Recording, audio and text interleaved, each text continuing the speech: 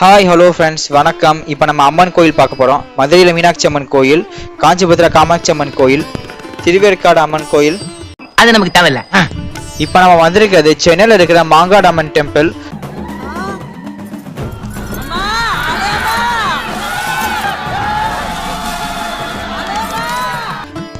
சென்னையில் இருக்கிற முக்கியமான அம்மன் கோயில் இது.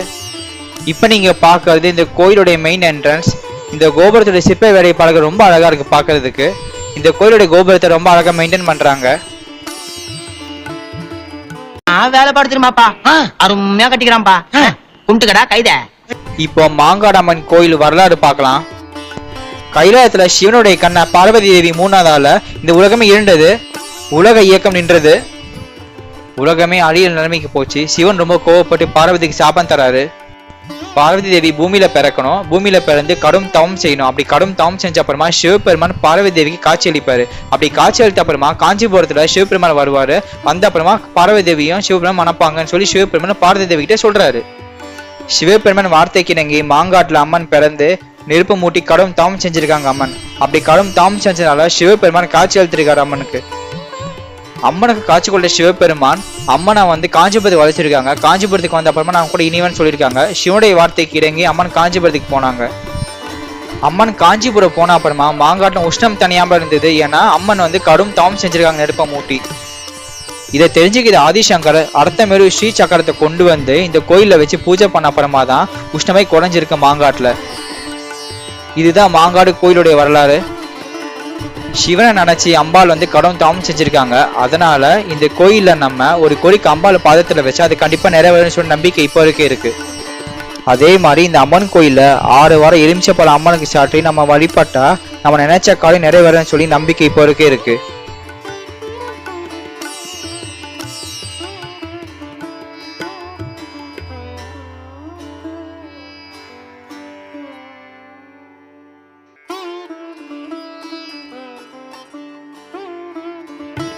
நான் இப்ப சாமியை பார்க்க தான் போயிட்டு இருக்கேன்.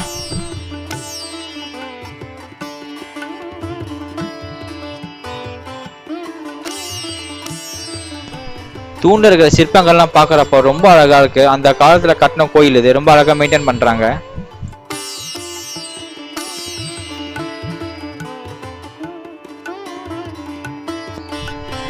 நான் சண்டே கோயில் போனதால ரொம்பலாம் கூட்டம் இல்ல, கூட்டம் கொஞ்சம் கம்மி தான்.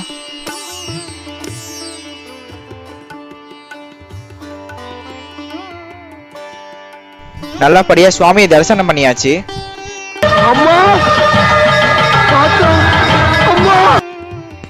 அம்மன் சொன்னாலே ஆடி மாசம் ஞாபகம் வரும். ஆடி மாசம் இந்த கோயில் ரொம்ப விசேஷமா இருக்கும்.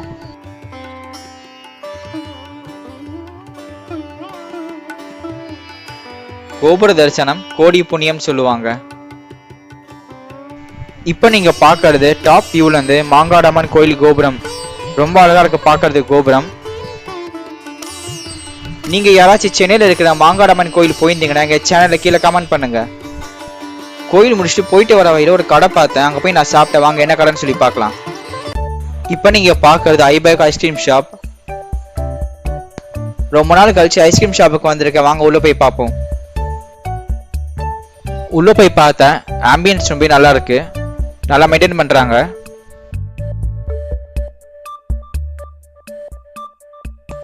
ஷாப் என்ட்ரன்ஸ்லயே வெரைட்டிஸான சாக்லேட்ஸே வச்சிருந்தாங்க. வாவ், பார்க்கவே சூப்பரா இருக்கு. அதுக்கு பக்கத்துல வெரைட்டியான கேக்ஸா வச்சிருந்தாங்க, எல்லாம் பர்த்டே கேக்ஸ். சூப்பரா இருக்கு பார்க்கிறதுக்கு.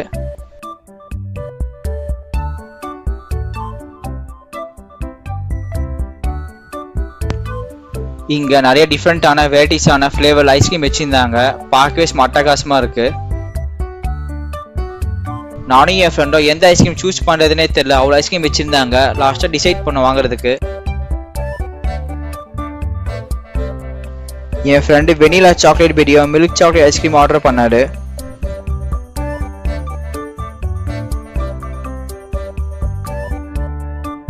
நான் எனக்கு பிடிச்ச ரெட் வெல்வெட் ஐஸ்கிரீமும் ப்ளூபெரி ஐஸ்கிரீம் ஆர்டர் பண்ணியிருந்தேன். எல்லாமே ஒரு ஸ்கூப் ஆர்டர் பண்ணியிருந்தோம். அப்படியே இந்த சைட் வந்தா நிறைய டிஃப்ரெண்டான வெரைட்டிஸான டாபிக்ஸா வச்சிருந்தாங்க.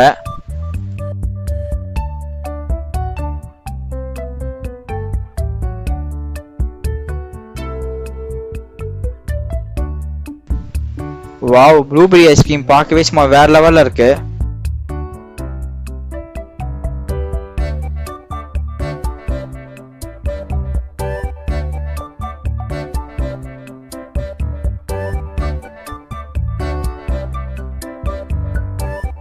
நானும் என் ஃப்ரெண்டோ என்ன டாபிக்ஸ் போடலாம்னு சொல்லி பார்த்துட்டு இருந்தோம் ஐஸ்கிரீம்ல. இங்க நிறைய டிஃப்ரெண்டான டாபிக்ஸா வச்சிருந்தாங்க. பட் நாங்க 2 டாபிக்ஸ் தான் ஆட் பண்ண ஐஸ்கிரீம்ல.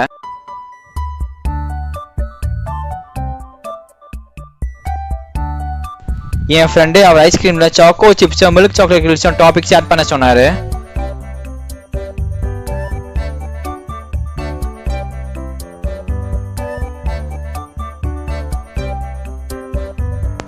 நான் என் ஐஸ்கிரீம்ல ரெயின்போ ஸ்ப்ரிங்கிள்ஸும் கேண்டிட் ஃப்ரூட்டும் போட்ட டாபிக்ஸா.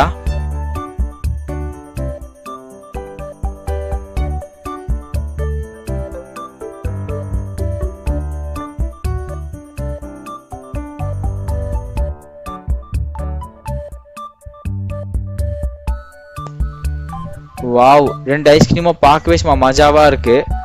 டாபிக்ஸ் ஆட் பண்ண அப்புறமா பார்க்கவே சும்மா அட்டகாசமா இருக்கு. டேஸ்ட் இன்னும் அள்ளும் போல சாப்பிட்டா.